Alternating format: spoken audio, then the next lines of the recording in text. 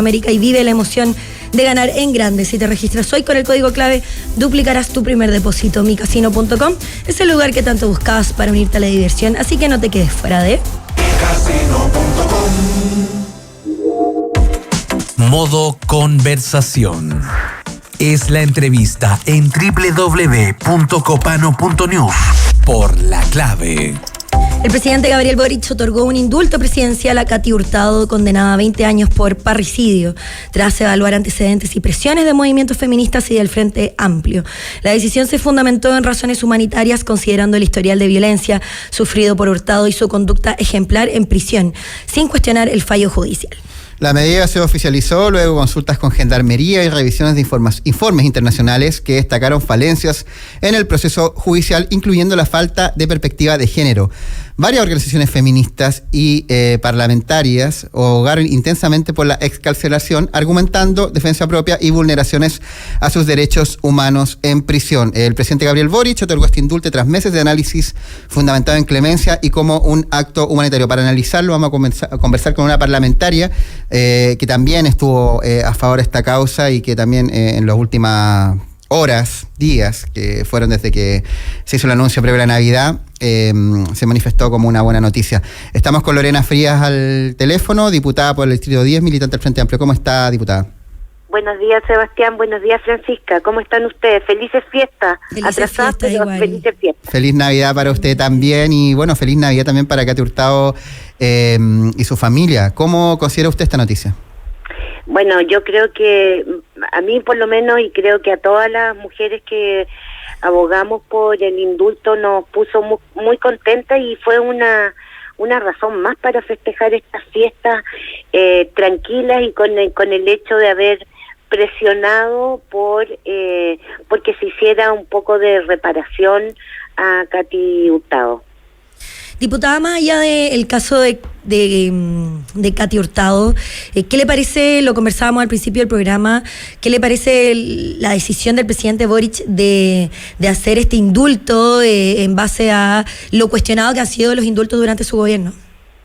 Mire, yo tengo la impresión de que más allá de el cuestionamiento que hubo, el indulto es una institución que está muy arraigada en Chile. Yo en general no estoy de acuerdo con esa institución. Me parece que debiera ser el Poder Judicial el que tiene la última palabra, pero dado que existe, que se ha utilizado, que es comprendida por la población en términos generales, a mí me parece un acto de justicia para Katy Hurtado, porque no nos olvidemos y que hemos abogado muchos años por la inclusión de una perspectiva de género en la sentencia, en las investigaciones que se hacen sobre este tipo de delitos, y claramente en este caso no hubo esa inclusión, esa incorporación, y después además fue objeto de violencia sexual durante su detención.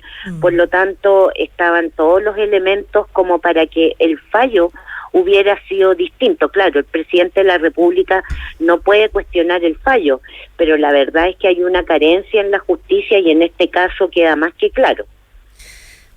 Diputada, hay elementos para poner sobre la mesa a la hora de hacer este indulto que tiene perspectiva de género y, como usted plantea, la justicia no habría tenido perspectiva de género al momento de la sentencia, que fue el año 2021, que la condenó a 20 años por el asesinato de su ex esposo Richard Aravena, entendiendo que era en defensa propia. Dos preguntas. ¿Por qué? Voy por parte, voy a hacerle la primera. ¿Por qué no había perspectiva de género en la sentencia del Poder Judicial de Katy Hurtado?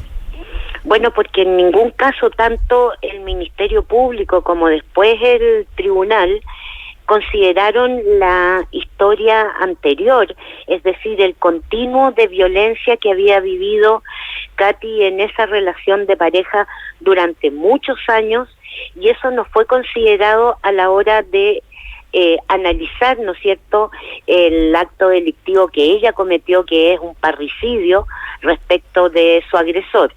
Y eso justamente es lo que podemos ver, y si uno analiza un poco los casos de parricidio en Chile, cuando lo cometen mujeres generalmente está precedido por una historia de violencia. Y eso es algo que los tribunales de justicia ocasionalmente han considerado, sobre todo el 2018, pero que y hoy día está un poquito más abierta esa cancha, lo hemos visto a propósito de los hechos que han salido en prensa, pero entonces no lo fue. Y la verdad es que si uno mira la historia de Katy en esa relación de pareja era totalmente abusiva, aun cuando ya se habían separado, ¿no? Y en ese sentido faltó perspectiva de género, porque uno no puede entender la comisión de ese delito sin entender lo que había antes. Diputada, son casos... Dale, Seba, respecto a lo Sí, mismo. para terminar la segunda. ¿Y por qué el indulto del presidente Boric sí tiene perspectiva de género? Justamente porque, bueno, no solo se atiene como a los requisitos del indulto, es decir, que se trata de alguien que ha tenido un buen comportamiento durante los 6 años que está ya cumpliendo su condena, porque además hay muy bajo nivel de peligrosidad, porque ha aceptado el daño que provocó, porque finalmente efectivamente mató a una persona, pero el presidente en el indulto analiza también los elementos de fondo que tienen que ver con esta historia de violencia y aún más con la carencia o el incumplimiento del Estado respecto de Katy, en el sentido de que fue objeto de violencia sexual mientras estaba bajo la custodia del Estado. Yo creo que todos esos elementos dan cuenta de que se incorporan al indulto y son una de las razones, ¿no es cierto?, para que el presidente otorgue ese indulto. Y en ese sentido considera, por lo tanto, la violencia de género que ha habido en el caso de Katy. Diputada, respecto a esa defensa también que han tenido que tener mujeres que hoy en día permanecen en la cárcel o que están en circunstancias como las que padeció Katy Hurtado, nos abren una conversación relevante en base a este indulto y que el presidente Boric junto a su gobierno también lo instalan con esto, que va más allá de solo este caso, sino que también lo que ocurre en las diferentes cárceles de nuestro país. Son situaciones que se contrarrestan y la que ocurre en las cárceles de hombres es muy diferente a lo que ocurre en las cárceles de mujeres. Sin ir más lejos, también no existe una cárcel, por ejemplo, en específico para delitos económicos, como sí lo existe para los hombres. Me refiero, no existe para mujeres como sí lo existe para los hombres, es lo que hemos visto también y que nos deja llamarnos la atención durante los casos, durante este 2024 que han ido saliendo a la luz, pero también ahí, más allá del indulto, debería haber un foco hacia el próximo 2025 en las circunstancias que están viviendo las mujeres dentro de las cárceles de mujeres. ¿Le parece que es así? Totalmente, yo creo que en eso estamos en un gran debe. Son pocas las cárceles autónomas de mujeres que hay en Chile. En términos generales, aquí en la región metropolitana tenemos el COF y San Miguel, y en el resto del país en general las cárceles de mujeres están adosadas a las cárceles masculinas. Esto tiene una raíz histórica, o sea, tradicionalmente son los hombres, y eso lo muestran las estadísticas, los que cometen más delitos y más variedad de delitos que las mujeres. La población penal es menos de 1/3 de la población masculina en las cárceles. Y eso mismo ha significado que el parámetro con el cual se organizan las cárceles, también la ausencia, digamos, de condiciones, por ejemplo, para las mujeres que están embarazadas y que incluso tienen niños que las acompañan dentro de las cárceles. Todo eso tiene que ver con la falta de una mirada de la particularidad que es una mujer privada de libertad. Y eso también acompaña a otras cuestiones. Las investigaciones también muestran que cuando los hombres pierden la libertad y están cumpliendo condena, mantienen las redes fuera de las cárceles a través de las mujeres. Las mujeres los van a visitar, llevan a los hijos, etcétera. No pasa lo mismo en el caso de las mujeres. Por eso es que a mí me parece importante lo que está haciendo este gobierno en términos de incorporar incluso en las cárceles una perspectiva de género. Hay normas internacionales que permiten, digamos, ir ajustándose a cárceles que sean mucho más sensibles a la diferencia que es las mujeres en las cárceles, y también avanzar en los proyectos que debieran permitir que mujeres embarazadas no cumplieran penas en cárcel, así como mujeres que tengan hijos menores o muy pequeñitos también debieran poder cumplir las penas en sus casas, por ejemplo. De todas maneras, de hecho, diputada Conceda, fuimos este año a ver el documental Malqueridas, un documental chileno que habla de esto y muestra la realidad que usted menciona, de Tana Gilbert, que es el documental, por si lo quieren ver. Muestra que muchas veces ni siquiera es eso, de que los hombres no las acompañan a las mujeres que están en la cárcel, sino que inclusive las mujeres en el entorno familiar de aquellas tampoco las acompañan, las dejan de lado, y ellas quedan muy preocupadas por sus hijos dentro de las cárceles y sin poder hacer mucho.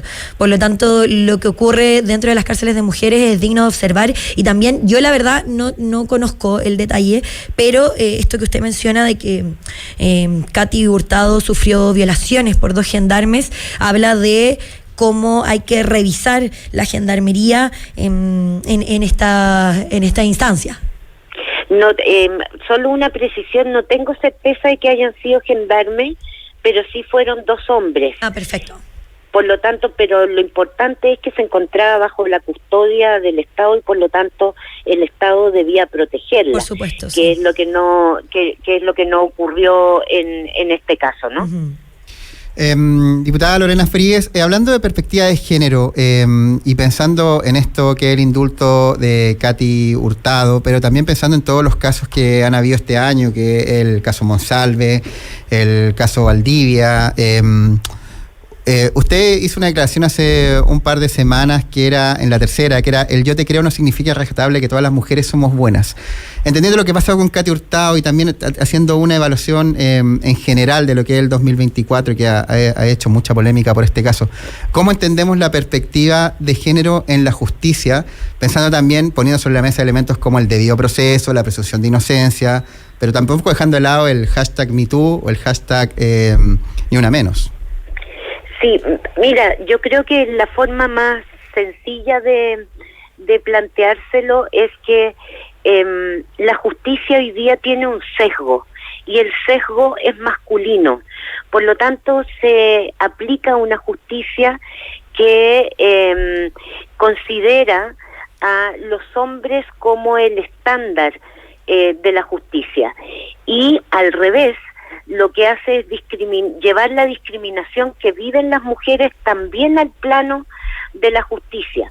Por eso, muchas veces y durante muchos años, hoy día ya menos, no se le cree a las mujeres en sus testimonios. Alguna vez habrán escuchado ustedes que frente a una violación, bueno, algo hizo ella, a lo mejor no andaba con la ropa adecuada, andaba provocando. Todo eso, o por ejemplo, mujeres que son liberales en sus prácticas sexuales, pareciera que no pueden ser violadas, ¿no es cierto?, porque han tenido una práctica sexual más o menos libre, etcétera. Todas esas cuestiones perjudican y marcan un sesgo contra las mujeres, y lo que se busca es que justamente el principio de inocencia, el principio de objetividad, de independencia, de imparcialidad de los jueces, para que sea tal, tenga que ver que hay una realidad allá afuera del juicio que hace que las mujeres ingresen a confrontarse con la justicia, sea como víctima o también como victimaria, desde una posición de desventaja. Superar esa desventaja es darle objetividad a la justicia, y eso es incorporar la perspectiva de género. Y eso no está en contradicción con reitero la idea, debido proceso, presunción de inocencia y derecho a la defensa. No, para nada, porque así como no todas las mujeres son malas, tampoco todas las mujeres son buenas. Sin embargo, hay una condición social de discriminación que hace que no esté emparejada la cancha para enfrentar la justicia. Y se trata justamente de emparejar esa cancha.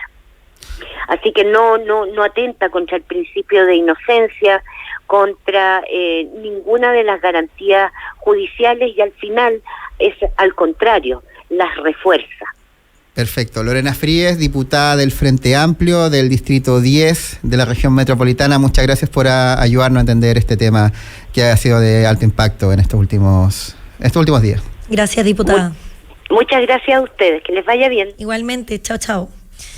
Y con esta entrevista nosotros ya nos vamos despidiendo. Viene Clave Morse, transversal el apoyo otorgado al indulto a Katy Hurtado, lo conversábamos con la diputada Lorena Fríes, y este capítulo y todos puedes revivirlos en YouTube, en el canal de YouTube de Radio La Clave y también de Turno. Así es, en Gaza, un apunte, hubo periodistas asesinados, 5, durante esta Navidad también hubo bombardeos, y yo creo que es importante también reforzar lo que está pasando en estos lugares en Navidad, porque que uno pueda pasarla, iba a decir calentito, pero en verdad de manera calurosa, que nos toca una Navidad calurosa, muy contrario al imaginario de la nieve del hemisferio norte, pero no olvidemos a la gente que está muriendo, sufriendo genocidio en Medio Oriente y en cualquier lugar donde hay guerra. Así que nada, un mensaje feliz Navidad. Y prepárense para el año nuevo, el caluroso año nuevo que viene en camino. Nos vemos mañana, Seba. Sí, cuídense mucho. De 8 a 9, que estén bien. Chao, chao. Micasino.com, la mejor